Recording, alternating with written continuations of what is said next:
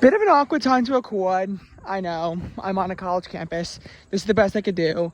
I just wanted to address that what happened in last night's Mets game was not acceptable and cannot happen again. You are not going to win games when you make 3 defensive errors. I'm going to put a lot of blame on Pete Alonso too, just because I know he hit the 2-run home run to tie it, but he also made a huge error. Him and Nimmo. The offense, 4 runs. It's not great, but 4 runs does put you in a position to win the game. Clay Holmes, his stat line wasn't that bad. 5 innings pitched, 2 earned runs, so his ERA stays at 3.6, and that's a 3.6 ERA pace, which again, not horrible for a guy of his caliber. The problem for me is he had 2 unearned runs off of his own error. It's a controversial opinion, I know, but personally I am a believer of the philosophy that if you're a pitcher and you make an error, that's what counts towards your ERA. You're the reason why that run scored. Even if it's not a direct result of your pitching, first of all, you let the ball be put in play. And pitching fielding is not, so important, or not so, the range isn't so big to the point where it's relatively basic fielding.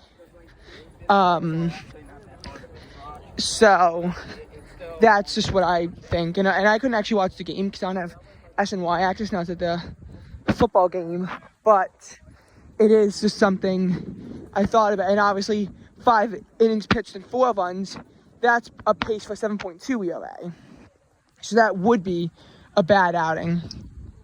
Gregory Soto earned the loss, came in 4-4, left 7-4, but the loss was not on him.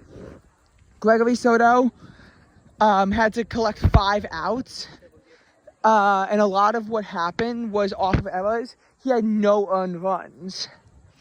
Again, is Gregory Soto, this great pitcher for the Mets? No, he's 1-3 for a reason, but it's not as though Gregory Soto was at fault for the loss today, even though he earned the loss, because the Mets gave the Marlins 5 unearned runs. Like, if not for any of the errors, it's a 4-2 win. Now it's a 7-4 loss. These kinds of losses are ones where, historically at least, the Mets have not been able to bounce back from. Like you may think that they could, but they really can't. And this loss is significant too. The Mets' playoff odds have dropped a bit with this loss. They're now only 4 up with I think 28 to play at this point. I want to say 4 up with 28 left to play. And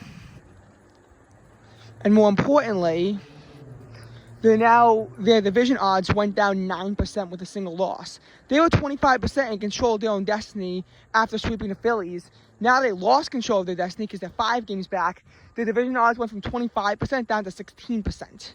That's a lot for 1 loss, but it's significant that the Mets now no longer control their own destiny to win the division. Even when they were down 7, they still did. They did their job by sweeping the Phillies, but then imploded against the Marlins.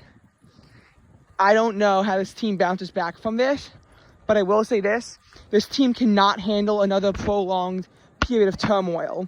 You have 3-14, you have 2-14. Those are periods where you go double digits below 500. If that happens to the Mets again, they will literally fall to a 500 team and be like 74-74 by the time this is over. And at that point, there's no shot they make the playoffs. Teams that are 74-74 never make the playoffs because if you figure that in a best case scenario, you need to go 85-77 to make it in, guess what?